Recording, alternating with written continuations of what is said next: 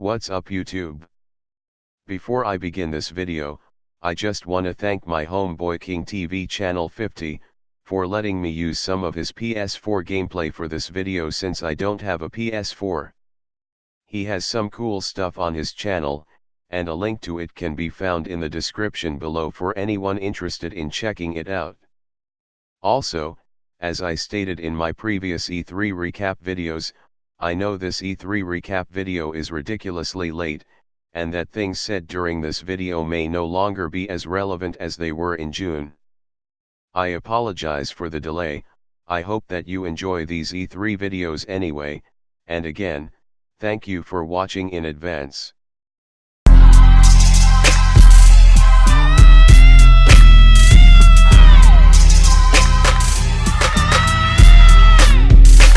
What's up YouTube? Your boy UnCommonVision here, continuing my recap of E3. Now that I have concluded discussing things that came from EA Play and the Bethesda and Ubisoft press conferences, it is now time to turn my attention to Sony and Microsoft. And yes, I know I left out Nintendo, but there's a reason for that. While Nintendo participated in this year's E3, they decided not to have an elaborate-ass press conference like the other game publishers did, and as far as I know, the only things they had to show at E3 were Pokémon Sun and Moon, and their new open-world Legend of Zelda, with their main focus being Zelda. So for the sake of time, I decided to ignore Nintendo just like they decided to ignore us by making the Wii U, instead of a conventional fucking console. But I digress. This video isn't about Nintendo, the NX, or their new games, it's about discussing things that came from Sony's press conference, and the first thing that I want to talk about is all of the VR shit that Sony presented. Some games like Farpoint and Resident Evil 7 looked really good on VR, while with other games like Batman Arkham VR, and Final Fantasy 15 VR, you don't really know what kind of experience you're gonna get. Sony dedicated a good amount of time on stuff related to their new piece of hardware, and yet they didn't reserve time during the entire briefing to say something about their new console.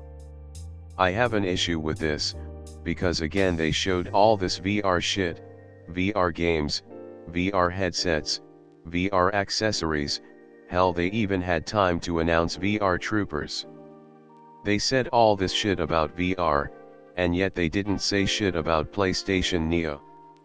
As I said before in a previous video, E3 is arguably the biggest video game event of the year.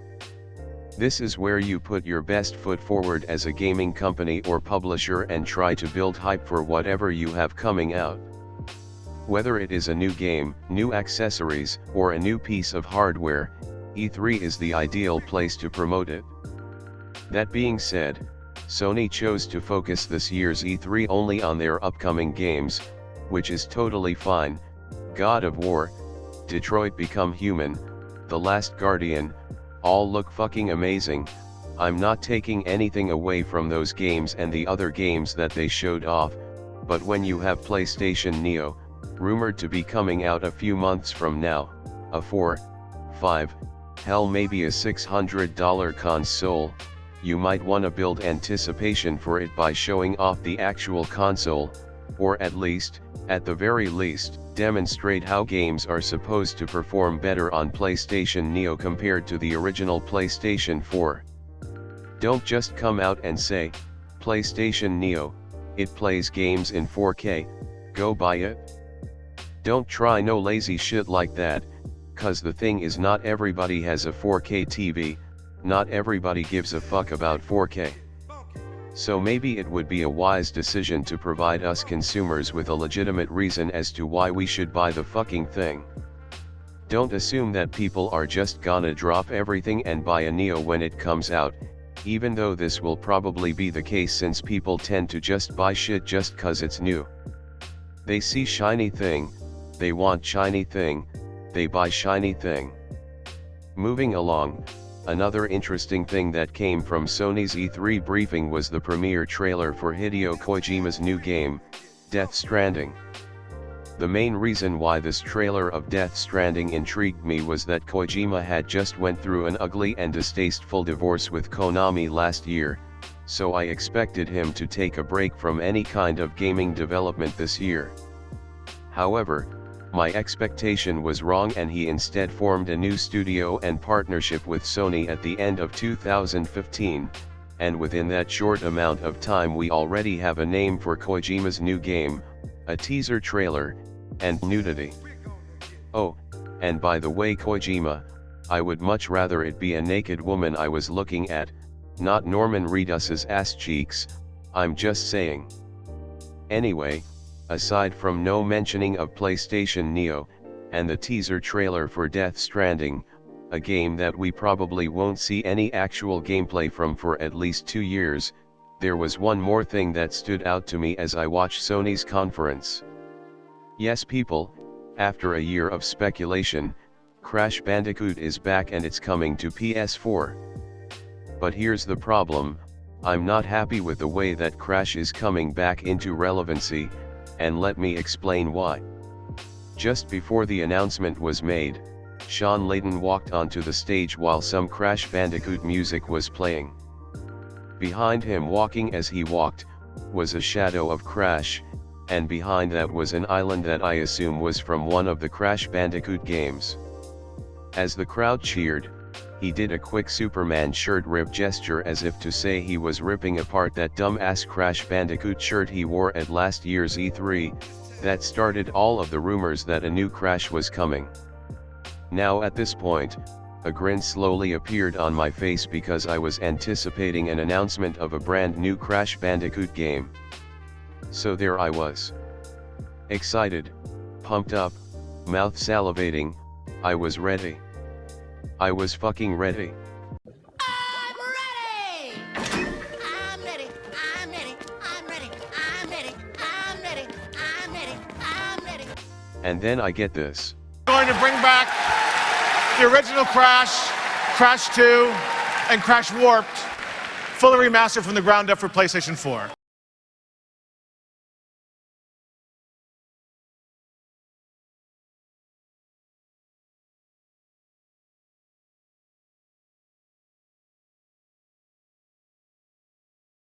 Another one. Another, fucking, remaster. Are you fucking serious? Look, it may be a very logical decision to remaster the first 3 games of this franchise, introducing the best of Crash to a new generation, but it's like, come the fuck on with all these HD remakes. The first 3 Uncharted's got remastered, Halo 2, 3 and 4 got remastered, Gears of War, God of War, The Last of Us, you get my fucking point here. I'm tired of game franchises that are somewhat still fresh in our heads, still relevant to a certain degree, getting remastered just for the sake of making a quick and easy profit. I'm not saying don't bring Crash Bandicoot back, I'm just fucking tired of games being remastered, especially games that I already beat a few years ago. Yeah, some games have excellent stories, but that don't mean I wanna pay $40 to $60 just to play the same shit in HD, it's just not that fucking serious to me.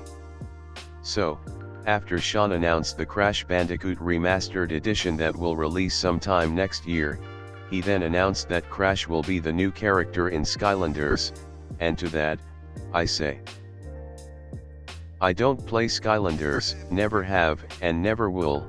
So I'm not giving Sony a cookie for putting Crash in this game, simple as that.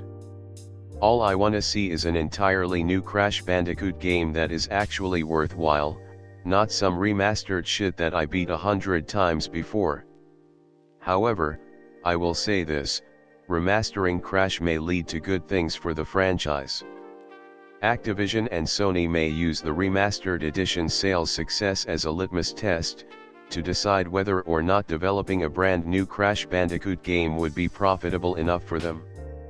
And if it turns out that it is, we may actually see a brand new game with a brand new story eventually. Complete with all the pre-order bonuses, microtransactions, and DLC that we can possibly enjoy. Well, ladies and gentlemen, That'll do it for this video. As always, I encourage you to share your opinions about anything discussed in this video. What was your favorite part of Sony's press conference? How do you feel about PlayStation Neo not being mentioned at all? Do you think Crash Bandicoot being remastered is a good thing or a bad thing? Let me know in the comments below, and until next time guys, this is UnCommonVision saying, Who do we got? yeah, whatever the fuck that means.